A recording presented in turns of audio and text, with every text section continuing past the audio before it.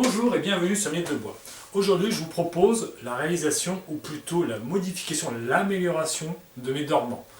J'avais depuis de nombreuses années ces pièces-là, que j'avais achetées séparément. J'en ai acheté 4 jeux que je mettais et que j'avais fait, qui me convenaient depuis un bon moment. Je l'ai fait sur du bois, percé à une distance qui me permet de régler comme ça différents endroits. Et j'avais positionné ça dessus. Bon, ça faisait très bien l'affaire, si ce n'est que le bois a ses limites de rigidité, hein. Il flambe un peu plus vite que la ferraille. Entre les différents panneaux que je serrais et que je collais, j'avais des dépôts de colle qui restaient sur le bois, qui me faisaient des petits reliefs, qu'il fallait de temps en temps que je vienne gratter, poncer. Et puis du coup, à force, j'ai une surface qui n'est plus très belle. Donc là, pour améliorer ça, plusieurs questions se posent. Certaines sont faciles à répondre. Je vais remplacer le bois par de la ferraille. J'aurais pu remplacer ce bois qui est du sapin par du bois beaucoup plus dur. J'aurais déjà amélioré le flambage, la résistance. Mais voilà, j'aurais eu ce problème de colle difficile à enlever. Donc je voulais une surface quand même qui soit assez dure. Donc du coup, naturellement, je suis venu par du fer. Du fer, qu'est-ce que je prends? Je vais prendre des sections identiques à celle-ci. Donc j'ai regardé un peu ce qu'il y a dans le commerce et j'ai trouvé ces sections-là qui correspondent très bien. Voilà, je peux mettre facilement. Donc maintenant, qu'est-ce qu'il me reste à faire avec ça? Ça va être de les percer. Les percer vraiment à égale distance et à une distance qui me permet, avec ma tige filetée, de pouvoir régler d'un à l'autre. C'est ce que j'avais fait sur le bois. J'avais mis le maximum de distance pour pouvoir me régler d'un à l'autre. Et en fait, quand je suis assez loin sur ma tige filetée, j'ai naturellement, oui, un peu de jeu. Donc là, je vais réduire cette distance-là. Comme je suis avec de la ferraille, je serai déjà beaucoup plus dur. J'aurai plus de choix de réglage. Et puis, je pourrais être dans la partie, je dirais, la première moitié du filetage, où là, j'ai un peu moins de jeu. Et je peux me permettre d'avoir un serrage assez parallèle entre mes deux morts. J'ai acheté ça chez un vendeur de matériaux qui a en 6 mètres de long. Donc du coup, moi je voulais 2,50 m de long. Donc ça tombe pas juste. 3 mètres, ça aurait été trop difficile à gérer, à manipuler dans mon environnement et à ma hauteur de plafond qui n'est pas très haute. Donc je suis resté à 2,50 m. Ça me permet de pouvoir fixer un certain nombre de choses. 2,50 m, c'est la hauteur sol-plafond d'une maison normale. Donc ça veut dire que tout meuble qui rentre dans une maison est inférieur à cette distance-là, donc je dois pouvoir les serrer avec mes dormants. Effectivement, quand je dis 2,50 m, j'ai un peu de perte. J'aurai, je ne sais pas, 2,40 m, à peu près de serrage maximum entre mes deux morts. Donc maintenant, il va falloir que je dégraisse, parce qu'ils sont gras, certainement pour pas rouiller, que je fasse des trous espacés et à la bonne distance. Et puis, le truc qui consiste, c'est que mes trous soient suffisamment bien calibrés pour que je puisse les mettre facilement et mettre un boulon, mais qui ne soient pas trop hauts pour avoir justement cet équarrage qui ne soit plus respecté. Donc là, il faut que je prenne une mesure assez précise, que je vienne les couper. Donc je ne suis pas très bien équipé pour percer et tracer sur la ferraille, mais on va essayer de faire notre mieux. Et puis ensuite, comme je les aurai dégraissés, je mettrai une peinture, un anti-rouille ou je sais pas quoi, je vais aller acheter ce qu'il faut. Et puis je mettrai les embouts au bout pour finir la propreté. Et je ferai certainement aussi d'autres choses. On verra au fur et à mesure de la vidéo. Allez, je vous propose de visionner tout ça et on se reprend après. C'est parti. Et voilà, j'ai disposé mes ferrailles sur les tréteaux. J'ai fait un peu de place, j'ai dépoussé ma servante à roulettes. Et puis je vais mettre du dégraissant. Pour ça, je vais faire un petit peu de bruit, mais je vais mettre en route mon ventilateur pour quand on respirait des gaz.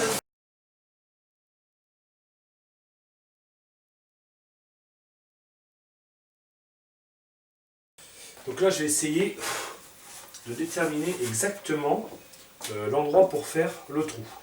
Donc pour ça, sur une chute de tube, je présente la pièce.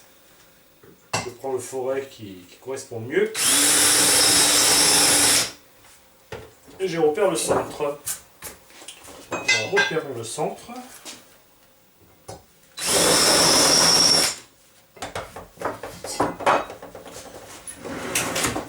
devrait pouvoir faire quelque chose de bien.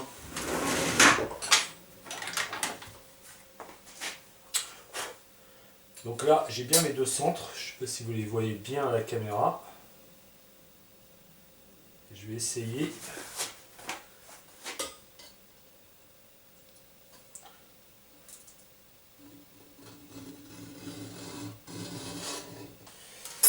Voilà, comme ça, j'ai l'axe.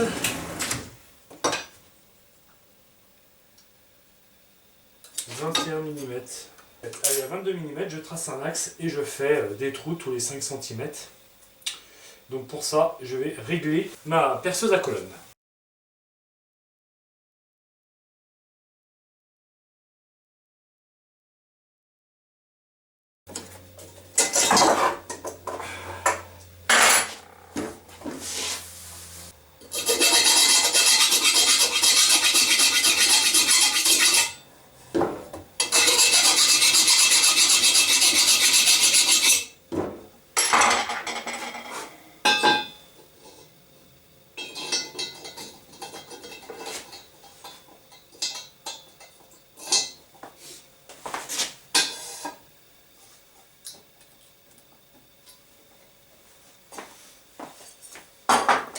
C'est nickel.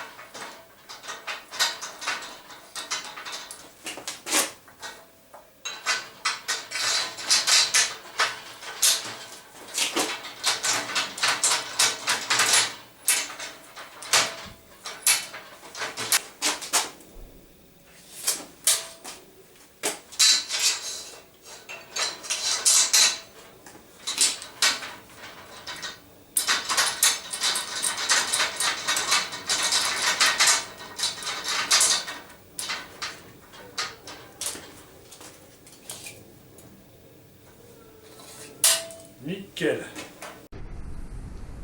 Regardez le résultat après avoir coupé, après avoir percé toutes mes barres. J'en ai de partout de la limaille, de partout. Par terre, là. Donc combien j'ai fait de trous? 2, 4, 6, 8, 10, 12, 14, 16, 18, 20, 22, 24, 26. 26 fois 4.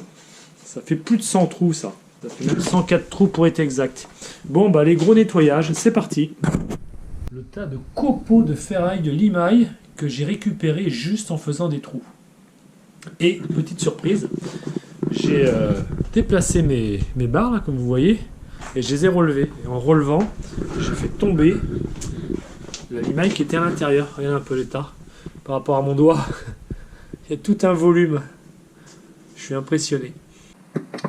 Allez, pour dégraisser comme il faut ma ferraille, je vais utiliser ces fameux disques là, qui sont en fait des morceaux de toile émaillée là, qui sont collés.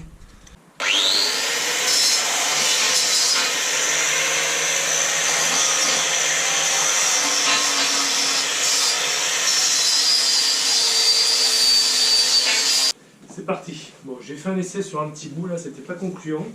J'ai changé de pinceau. Et maintenant, je vais essayer de passer sur quelque chose de plus souple, un pinceau plus souple pour pouvoir étaler plus facilement.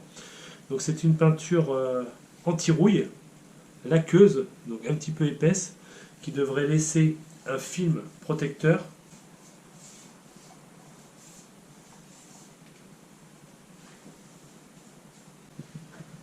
Donc la peinture là est en cours de séchage. On voit les traces de pinceau, mais au fur et à mesure où elle sèche, ça fait une pellicule et ça se lisse. Je ne sais pas si vous vous rendez compte sur la vidéo. Voilà, mes barres sont peintes. J'ai passé qu'une couche finalement parce que elles sont recouvertes d'un petit vernis et je bousillais tout mon abrasif pour pouvoir le poncer. Je vais mettre ça, ces petits bouts là.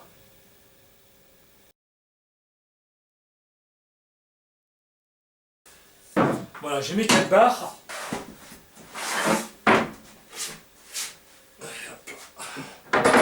C'est un panneau.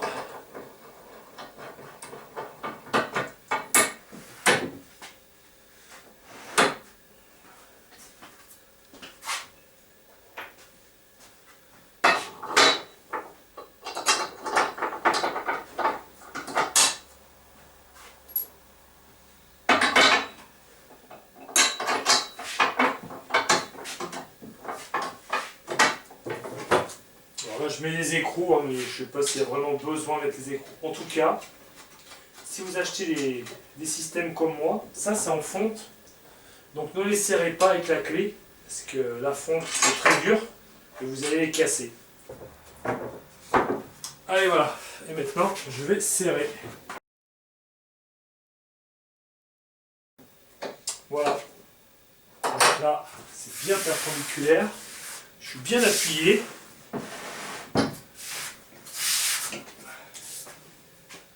Et puis le petit truc que j'ai fait, c'est ça. Bon, j'ai pas passé beaucoup de temps pour le faire, mais regardez. L'avantage déjà, c'est que ça va être plus stable, mais pas que. C'est qu'en faisant ça, j'ai rehaussé l'ensemble. Donc là, je suis stable, hein. Je peux faire un bon serrage. Imaginez que j'ai mis là une série de planches que j'ai collées, et je suis en train de serrer. Là, ça va ventrer un petit peu. Et ça ne sera pas bien plat. Donc là, la possibilité que j'ai, c'est d'en rajouter un autre par-dessus, ou deux, j'en ai 4. Hop, et je viens serrer. Ok, là, je prends bien là, je prends bien droit là. Une autre possibilité, celle que j'utiliserai, que je privilégierai en tout cas, ce sera, je mets ça, je prends les serre-joints, hop, et je peux serrer facilement sur mes barres, parce qu'elles sont surélevées. Donc voilà, mes dormants en fer sont finis. Ça me fait 4 dormants de 2,50 m de long en fer que je peux régler comme ça tous les 10 cm pour pouvoir serrer vraiment de grandes surfaces, de grands panneaux. Je peux éventuellement les mettre debout, qui me permet de laisser sécher sans prendre trop de place. Donc là, ce dispositif là, avec l'étau et la partie fixe, ça vaut une trentaine d'euros. Donc j'en ai 4. Donc là j'en ai pour 120 euros, je les avais avant. J'ai 40 euros de fer, rail, de tube fer là. J'ai des embouts plastiques pour 6 euros. J'ai de la peinture pour 12 euros. Voilà, ça me fait 4 dormants pour 180 euros. Bah, regardez dans le commerce combien ça coûte des dormants en fer. Peut-être un petit peu plus solide, mais franchement, le plus, j'en ai pas besoin. La vidéo sur les dormants est terminée. N'hésitez pas, si vous avez des questions, à les laisser dans les commentaires, à mettre des pouces, à vous abonner si ce n'est pas déjà fait, à partager. Ça me permet moi de voir si ça vous fait plaisir, si je dois continuer comme ça. Et puis je vous dis à très bientôt pour une prochaine vidéo. Bye!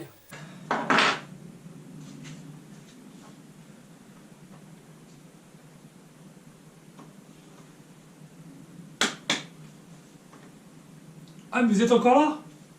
Eh bien, petite révision sur ma tronçonneuse, parce que la prochaine fois, on va en avoir besoin. Allez, à bientôt!